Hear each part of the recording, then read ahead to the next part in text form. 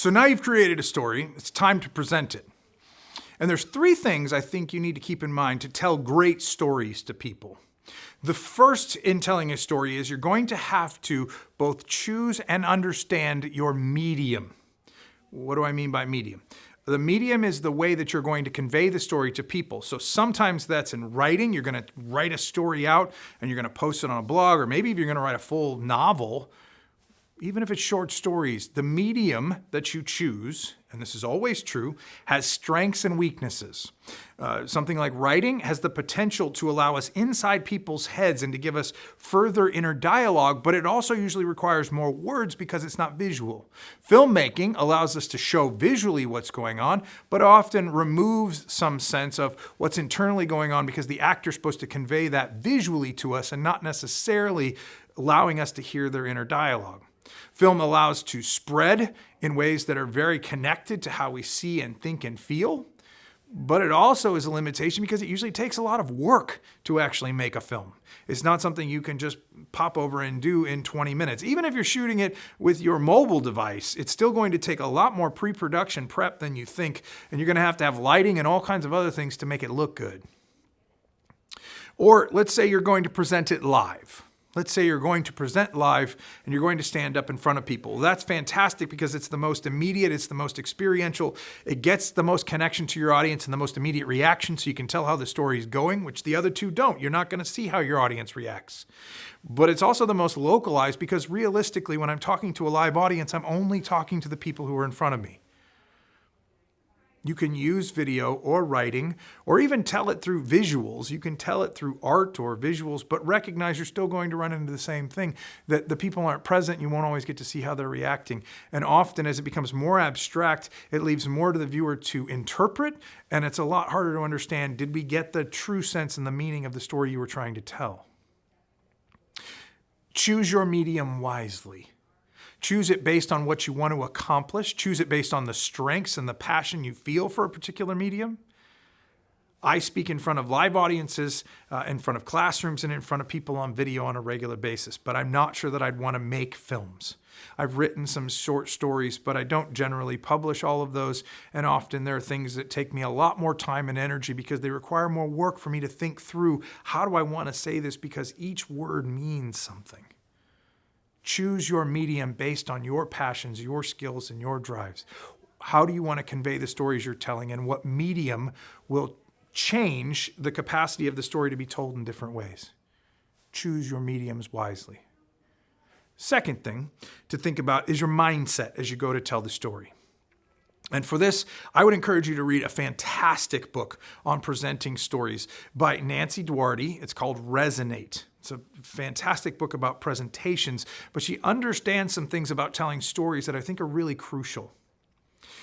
In the book, she reminds us, using Joseph Campbell's Hero with a Thousand Faces and the hero's journey that he writes, she reminds us that we often think as we step up to tell a story that we're the hero that's going to tell this to the audience and we're going to overcome this communication moment. But she's right when she challenges us to say that we are not the hero. We're not the hero. The people presenting the story are actually the mentor. Your audience is the hero. Your audience is the heroes and the heroines who need to hear the story from the mentor so that they can think through, how am I acting out of my story and what does this story offer me to act into? In those ways of thinking as the mentor, think of the story as an offering to empower your audience, whether it's comically or tragically, to empower your audience to see what is versus what could be, to see what's present in the moment versus the future possibility. If we did something different, if we didn't let this tragic thing happen, or if we did pursue this encouraging and hopeful thing. You are the mentor. You are there to tell stories that challenge and empower your audience, the heroes and the heroines who have to go out in the world and act on it. Which is one of the reasons that I love Jesus.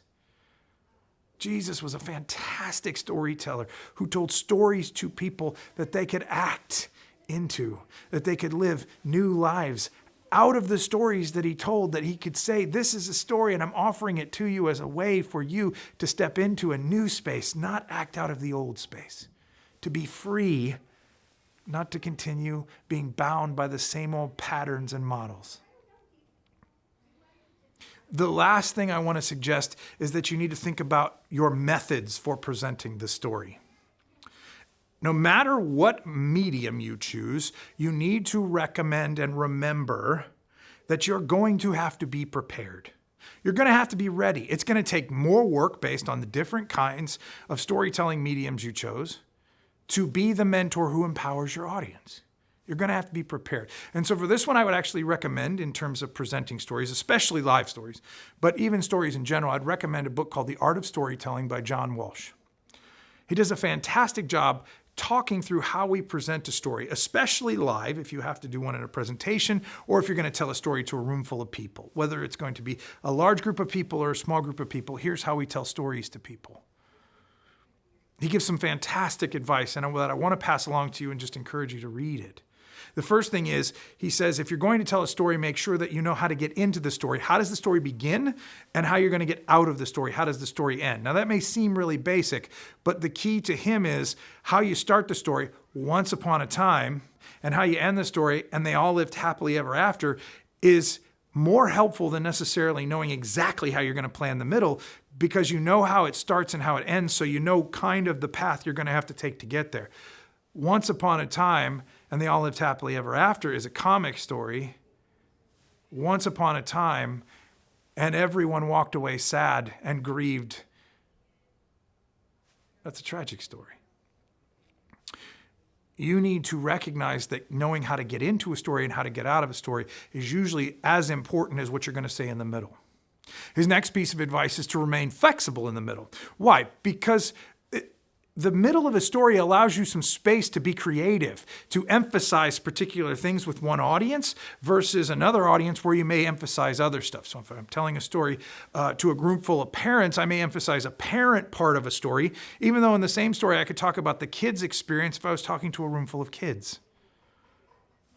The flexibility in the middle means you probably shouldn't memorize your story such that you couldn't flex in the middle to start and end the same, but you still flex in the middle so that it connects and adapts to your audience to empower them to be the heroes and heroines that you want them to be. The next thing I think you need to realize is that, and I think this is a really good ratio that John Walsh is recommending, is that it needs to be a really great story when we tell it needs to be about 1/3 details and 2/3 description. Often stories get ruined because someone will say, it was May 28th at 7:58 p.m. and I was in my basement on 1212 Christian Court. That's way too much detail. It was a beautiful May morning and I was in my basement when I had this moment. See, I can just as easily give you a few details to set the pace and the setting and tell you where I'm at without killing you with details. So, his recommendation, and I firmly agree with it, is 1/3 details, 2/3 description. Because here's what he's saying a good description does. A good description helps the audience experience the story and live in it with you, not just hear the story. They're not just listening. Now they're with you because they're imagining with you as you're telling the story what this thing looks like. But if you spend so much time on the details, it gets distracting, and I need the description to draw me in imaginatively and open me up so that it can get to the heart, like we talked about before. My last piece of advice is really simple. Children love telling stories, and the reason they get better at them and the reason you've gotten better at them over time is because they're willing to play with their stories. They're willing to be light and playful with them. They're willing to try them different ways. They're willing to experiment. This time I'll tell it this way, and this time I'll tell it this way. This time the king died, and this time the king lived. This time the heroine went in and did this, and this time she didn't. Play with your stories. I've told the same story about 16 different ways. And not that the end and the beginning changed. No, they were the same. And not even that the central idea was different. But I emphasized certain points and de-emphasized other points in different contexts with different audiences to see what would happen. So I just spent some time playing with it. Often when we start thinking about something like this, we get really serious. We got a diagram and we got something to do. We got a story arc and we got a full... Relax and play with your story. Tell it to different people, different ways, and see, hey, this emphasizing this point connected with them, and hey, this point changed it. Great. Keep playing, keep learning, and keep growing as you become a better and better storyteller, because you're never going to get there if you do the same thing every single time. You need a sense of openness and freshness and a community of people who will encourage you to try new things. You are already a storyteller. I want to encourage you to play and become a better storyteller so that the stories you tell open people's imaginations, empower them to change, and become the heroes and heroines that they were meant to be.